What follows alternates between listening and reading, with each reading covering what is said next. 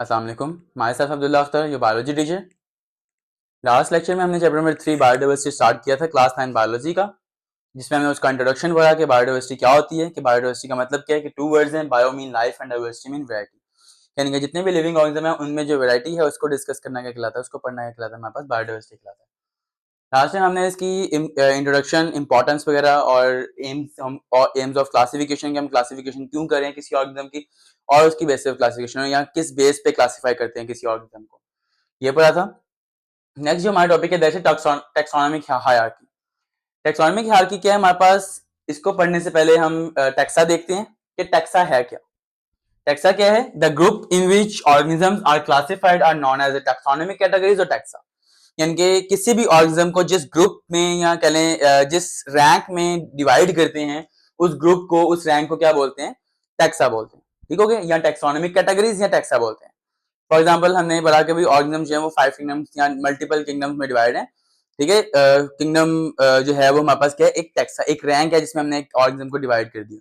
ठीक, वो जो रैंक है उसको हम क्या कहते हैं? This is taxa. ठीक हो गया? अच्छा, और अगर हम टैक्सा की बात करें तो it is a plural term, यानी कि ये अगर ज्यादा सारे रैंक्स हैं उन सबको कलेक्टिवली हम टैक्सा बोलते हैं। लेकिन अगर हम सिंगुलर की बात करते हैं तो that singular known as taxon. ठीक हो गया? और टैक्सोनॉमिक हायरार्की के जब ये टैक्सास जो हैं, यानी कि जो रैंक्स हैं, वो अपनी लैडर फॉर्म बना देते हैं। लैडर फॉर्म कहते हैं सीढ़ी की शक्ल, यानी कि किंगडम, ठीक है, फाइलम,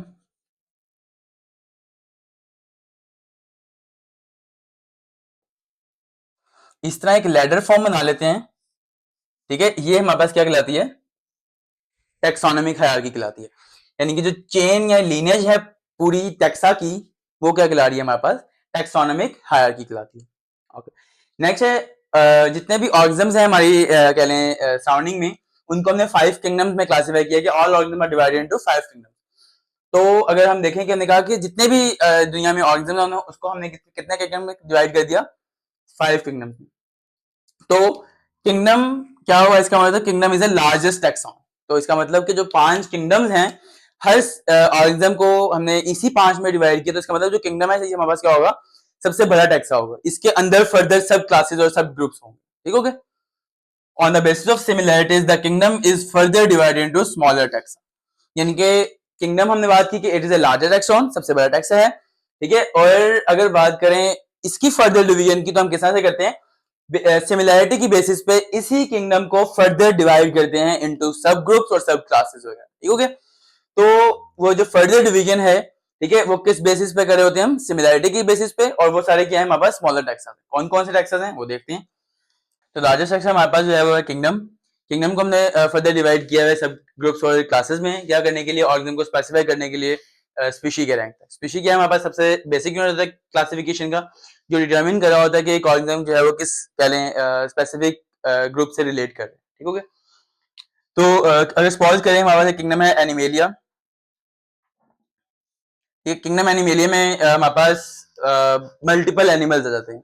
जितने भी एनिमल्स हैं सबकी कह लें स्पेसिफिक एक स्पीशी है। ठीक है, अब ह्यूमंस की बात करें, ये एक इलर स्पीशी है। स्पैरोज की बात करते हैं, एक स्पीशीज है। क्रॉस की अगर बात करें तो वो एक क्लैर स्पीशीज है।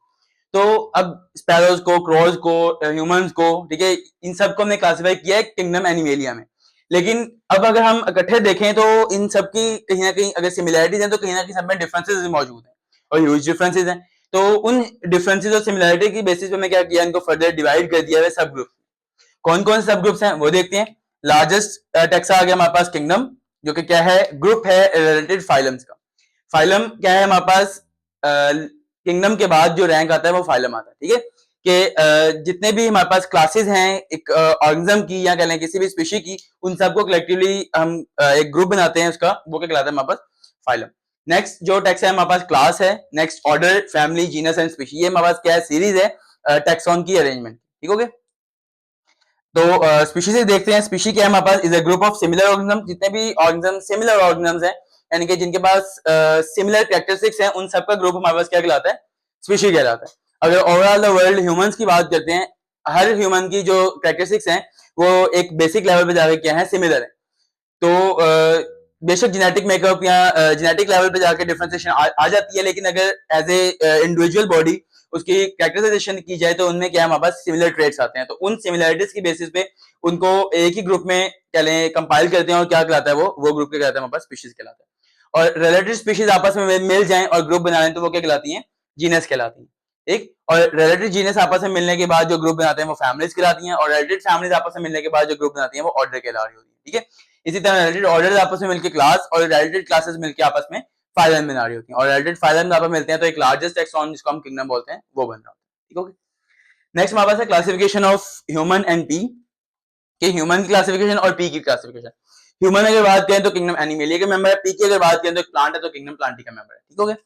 तो टेक्सा यहाँ पे लिखे हैं सारे सीरीज में ह्यूमन और पी की classification. Taxa largest taxa kingdom, human का किंगडम है एनिमेलिया और पी का किंगडम है किंगडम प्लांटी, ठीक।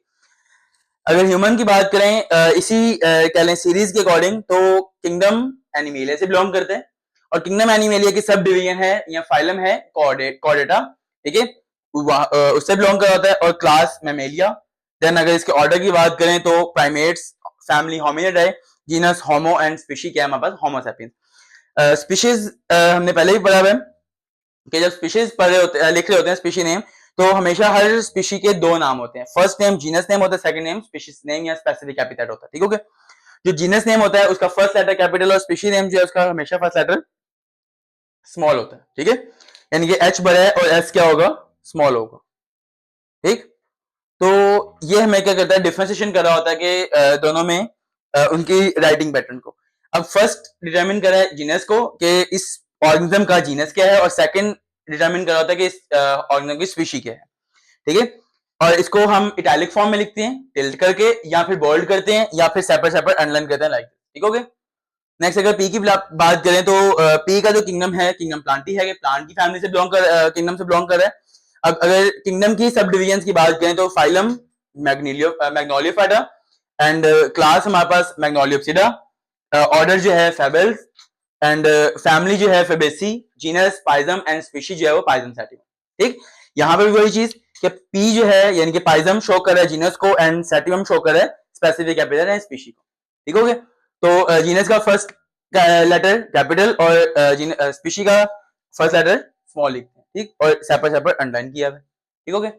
ये हमारा टॉपिक था टैक्सोनॉमी ख्याल की। इससे रिलेटेड कोई इशू हो कोई क्वेश्चन हो तो कमेंट सेक्शन में जरूर पूछेगा, और अगर अभी तक चैनल को सब्सक्राइब नहीं किया सब्सक्राइब कर दें, और वीडियो अच्छी लगे तो लाइक एंड शेयर लाजमी करें। Thank you.